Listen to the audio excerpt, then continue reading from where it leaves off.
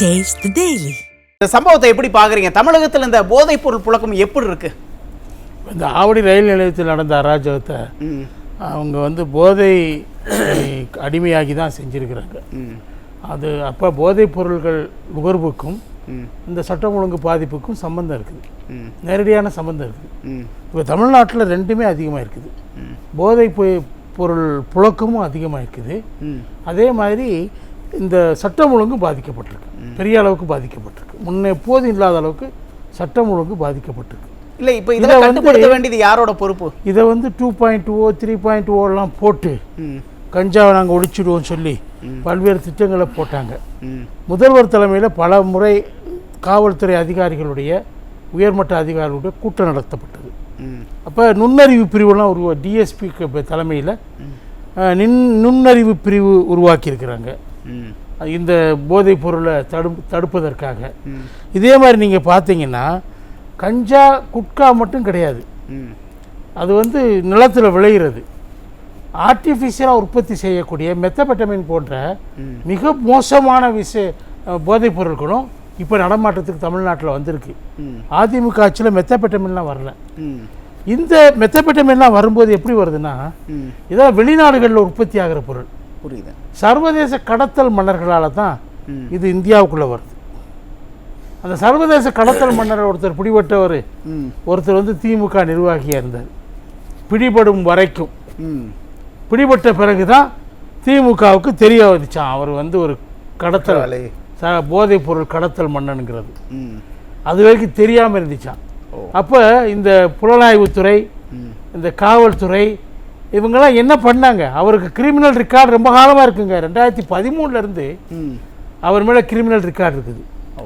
ஆனால் அவர் வந்து பெரிய பெரிய அதிகாரிகளை சந்திக்கிறாரு, விருது பெறுகிறார், தமிழக முதல்வரை சந்திக்கிறாரு, அவர் குடும்பத்தினரோட சினிமா படம் எடுக்கிறதுக்கு தயாரிப்பு. சார், அந்த சந்தேகம் வருது. அப்ப ஆளும் அரசோட துணையோட தான் இது நடக்குதா அப்படிங்கிற ஒரு சந்தேகம் வருது. நிச்சயமா ஆளும் அரசனுடைய துணைன்னு ஆதரவு இல்லாம இது நடக்காது. நீங்க பாத்தீங்கன்னா ஒரு சின்ன சின்ன விஷயங்க எப்படி காவல்துறையோடு ஆளும் வர்க்கம், ஆளும் நிர்வாகிகள் எப்படி கட்டி பிணைந்து இருக்கிறாருன்னா, எனக்கு பல கம்ப்ளைண்ட்ஸ் வருது. தெருக்கல்லைங்க ஒரு திமுக காரர் ஒருத்தர் இருந்தாருன்னா அவர் அராஜகம் பண்ணுறாரு அந்த தெருவில். அந்த மக்கள் அந்த தெருவில் இருக்க மக்கள் எல்லாம் அடிமைகிற மாதிரி அடிக்கிறார், உதைக்கிறாரு. போலீஸ் கம்ப்ளைண்ட் கொடுத்தா அவர் கட்சிக்காரங்க ஒன்றும் செய்ய முடியாதுன்னு சொல்கிறான். அதிமுக ஆட்சி காலத்தில் அப்படி இல்லை, நிச்சயமாக இல்லை. அது காவல்துறைக்கு வந்து நீங்கள் கட்சிக்காரங்க தவறு செய்தாலும் வெளிப்படையாக அந்த அம்மா முதல்வராக இருந்தப்போ ஜெயலலிதா அம்மா அறிக்கை விட்டாங்க. புரியுது, நீங்கள் நடவடிக்கை எடுங்கன்னு சொன்னாங்க. எனக்கு ஃபோன் பண்ணி சொல்லுங்கன்னாங்க, யார் பண்ணுறாங்கன்னு சொல்லுங்கள், நான் அவங்க மேலே நடவடிக்கை கட்சியிலேருந்து நிற்கிறேன், அதுக்கு பின்னாடி நீங்கள் அவங்க மேலே தைரியமாக நடவடிக்கை எடுங்கன்னு சொன்னாங்க. அது மாதிரியான எந்த அறிக்கையாவது இந்த அரசுலேருந்து வருதா? தங்களுடைய அவங்க கட்சிக்காரங்களை கூட்டத்தை கூட்டுறாங்க, கவுன்சிலர்ஸ் கூட்டத்தை கூட்டுறாங்க. இல்லை, அப்போ ஆளும் அரசு நடவடிக்கை எடுக்காதனால தான் குற்றவாளிகளுக்கும் கட்சி நிர்வாகிகளுக்கும் ஒரு தைரியம் வந்துடுதா? இந்த ரவுடி விஷயத்தை இதெல்லாம் திமுக கலைஞர் காலத்திலேருந்து அனுமதிக்கிறாங்க, பெரிய அளவுக்கு அனுமதிக்கிறாங்க, அனுமதித்து கொண்டே இருக்கிறார்கள். நீங்கள் 71 இந்த மது விலக்கு நீக்கப்பட்டது இல்லையா, கருணாநிதி அவர்கள் காலத்தில். அதுக்கு பின்னாடி 72 73 அதை திரும்ப மது விலக்கை கொண்டு வந்தாங்க. இந்த 2 ஆண்டு காலத்தில் மதுவுக்கு ஒரு தலைமுறை அடிமையாகி போச்சு. அதை மது உற்பத்தி ஆலைகள்லாம் யார் வச்சுருந்தாங்கன்னா திமுக. அன்னைக்கு இவ்வளோ பெரிய ஆலைகள்லாம் கிடையாது, குடிசை தொழிலாக இருந்தது. அது ஏன் நீக்கினார்னா, அதை அரசுக்கு வர்ற வருமானத்தை நிறுத்திட்டு கட்சிக்காரங்க சம்பாதிக்கட்டுன்னு சொல்லி. இல்லை, புரியுது. அன்னைக்கு மதுபானங்கள் இருந்துச்சு, இன்னைக்கான போதைப் பொருள் புது புது பேரில் வந்துகிட்டே இருக்குங்களே. ஆமாம், அப்போ அந்த தைரியம் எங்கிருந்து வருது அப்படிங்கிற கேள்வி இருக்குல்ல. இந்தியாவிலே பஞ்சாப் மாநிலம் தான் போதை ட்ரக் டிராஃபிக்கிங்கினுடைய மெயினான பிளேஸாக இருந்துச்சு. இப்போ மணிப்பூரில் இருக்குது ட்ரக் டிராஃபிக்கிங், அந்த மலைப்பார் பிரதேசத்தில் இருக்குது. அங்கே வந்து அந்த செடிகளை வளர்க்குறாங்க, கஞ்சா செடிகள் மாதிரி அந்த செடிகளை அங்கே வளர்க்குறாங்க. 3000 ஹெக்டேர் நிலத்தில் வளர்க்குறாங்க மலைப்பகுதியில். அதையெல்லாம் அழிச்சாங்க. அதனால் இங்கே வந்து என்ன பிரச்சனை இருக்குன்னா, இன்னைக்கு பஞ்சாபில் ஓரளவுக்கு கட்டுப்படுத்தப்பட்டு விட்டது. போதை மாநிலமாக இருந்த பஞ்சாபு ட்ரக் டிராஃபிக்கிங். ஏன் தமிழகத்தில் பாகிஸ்தான்லேருந்து வரக்கூடிய போதைப் பொருட்களை கடத்தக்கூடிய மாநிலமாக பஞ்சாப் இருந்துச்சு. தமிழகத்தில் ஏன் இப்போ கட்டுப்பாடு எல்லாமே என்ன ஆச்சுன்னா தமிழகம் போதைப் பொருட்களோட கூடாரமாக திமுக ஆட்சியில் மாறிடுச்சு. அன்னைக்கு போய் குட்கா பாக்கெட்டுகளை சட்டமன்றத்தில் கொண்டு போய் காட்டினாங்க திமுகவினர். முதல்வரே செஞ்சார். இன்னைக்கு முதல்வர், அன்னைக்கு எதிர்க்கட்சி தலைவர். ஆனால் அப்படியெல்லாம் காட்ட வேண்டியிருந்துச்சு. இன்னைக்கு எங்கேயும் காட்ட வேண்டியதில்லை.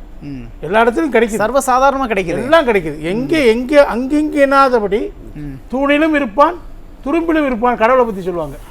இங்கே இப்போ கஞ்சா பெத்தப்பெட்டவன் இதெல்லாம் வந்து குட்காலாம் போதைப் பொருட்கள் அனைத்துமே இன்னைக்கு எல்லா இடத்துலையும் நீக்கமாக கிடைக்குது.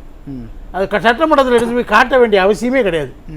அந்த அளவுக்கு ஏன் வந்து பெருகிச்சு இவங்க ஆட்சியில்? ஆட்சியினருடைய ஆதரவு, காவல்துறை கட்டுப்படுத்தப்படுவது, சுதந்திரமாக செயல்பட விடாமல் பண்ணுவது, காவல்துறை வந்து ஆளும் ஆட்சியாளர்களுடைய அடிமைகளாக இருப்பது, இதுதான் முக்கிய. இவ்வளவு முயற்சிகள் நீங்கள் எடுக்கிறீங்க. உதாரணமாக 2022-23 22,447 பேர் பிடிபட்டாங்க கஞ்சா கடத்தலில் ஈடுபட்டவங்க. 16,230 வழக்குகள் போடப்பட்டன. 42,337 கிலோ கஞ்சா பிடிக்கப்பட்டது. ஆனால் என்னாச்சுன்னா இவ்வளவு பிடிச்சும் எரிச்சாங்க அது எல்லாத்தையும். அந்த புது சட்டம் கொண்டு வந்தாங்க. கஞ்சா இந்த போதைப் பொருட்களை கடத்தக்கூடியவங்களுடைய சொத்துக்கள் பறிமுதல் செய்யப்படும் சொல்லி 18.15 கோடி சொத்துக்கள் பறிமுதல் செய்யப்பட்டது. ஆனாலும் ஏன் போதைப் பொருட்கள் நடமாட்டத்தை உங்களால் கட்டுப்படுத்துறது தடுக்க வேணாம், கட்டுப்படுத்தவே முடியலையே. கட்டுக்கடங்காமல் அங்கே போயிடுச்சு. இன்னைக்கு புரியுது, பல்வேறு வடிவங்களில் ஐஸ்கிரீமில் வச்சு விற்கிறான், புது புது பாணியில். இவர் சொன்னார் டெல்லியில் தானே அவர் இருந்தாருன்னாரு. ஆனால் அவருடைய குடவுனு சென்னையில் இருந்துச்சுங்க. இல்லை, ஒட்டு மொத்தமாக தமிழகம் முழுக்க போதைப் பொருள் பரவி இருக்கிறதுக்கு திமுக தான் காரணமா? நிச்சயமாக ஆதரவு இல்லாமல் காவல்துறையினர் சுதந்திரமாக செயல்பட விடாம அவங்க கைகளை கட்டி போட்டதுனால இதனால தான் இது பரவுது. நீங்கள் கள்ளக்குறிச்சிக்கே இன்னைக்கு வரைக்கும் முதல்வர் போக மாட்டேங்கிறாரு. துணை முதல்வர் போகாத இடத்துக்குலாம் துணை முதல்வர் போகிறாரு, அவரும் போக மாட்டேங்கிறாரு. ஏன்? அங்கே திமுகவினருடைய ஆதரவோடு தான் அந்த கள்ளச்சாராயம் விற்கப்பட்டிருக்கிறது. போனால் அந்த மக்கள் கேட்பாங்க. புரியுது. அவங்க சொல்கிறாங்க, எடப்பாடி அவர்கள் போய் காலையில் 8 மணிக்கெலாம் போயிட்டு வராங்க. ஆமாம். அப்போ அவர்கிட்ட என்ன சொன்னாங்க? அவங்க எல்லாம் ஒவ்வொரு வீடாக போனார். அப்போ என்ன சொன்னாங்க எல்லாருமேனா, இங்கே எங்கேயோ விற்றுட்டு இருந்தான், இந்த ஆத்தங்கரை ஓரத்தில் விற்றுட்டு இருந்தான். அவன் நிறுத்திவிட்டான். பிறகு அந்த அவன் விற்கிறவே நிறுத்திவிட்டான். அவனை திரும்ப திமுக காரங்க நிர்வாகிகள், நீ அங்கெல்லாம் விற்க வேணாம், மலையிலலாம் போய் விற்காத, இங்கே போலீஸ் ஸ்டேஷன் பக்கத்துலேயே விற்றுக்கோ அப்படின்னு சொல்லி அவங்க தான் இங்கே கொண்டு வந்து அவனை திரும்ப விற்க வச்சாங்க. சொல்கிறதுனால என்ன சந்தேகம்? போகலை. ஏன் போகலை? எல்லா இடத்துக்கும் போகிறாரு, ஆய்வுக்கு போகிறாரு, கள ஆய்வு, அந்த ஆய்வு, இந்த ஆய்வு போகிறாரு. ஏன் கள்ளக்குறிச்சிக்கு போக மாட்டேங்கிறாரு? இவர் தான் என்ன கேட்குறாரு, நீங்கள் மணிப்பூருக்கு போகலன்னு முதல்வரை பார்த்து கேட்குறாரு. மணிப்பூருக்கு போகாததுக்கு பிரதமரை பார்த்து மணிப்பூருக்கு போகாததுக்கு பிரதமருக்கு பல காரணம் இருக்கும். புரியுது இல்லையா? ஏன் போகலைங்கிறதுக்கு அவர் இதுவரை சொல்ல மாட்டேங்கிறாரு. மணிப்பூரை பற்றி பேசுறதுக்கே பயப்படுறாங்க பாஜகவினர். அது ஒரு பக்கம் இருக்கட்டும். நீங்கள் கள்ளக்குறிச்சிக்கு போகல, அதை பற்றி நீங்கள் சொல்லுங்கள். நீங்கள் ஒரு கேள்வி கேட்குறாங்க.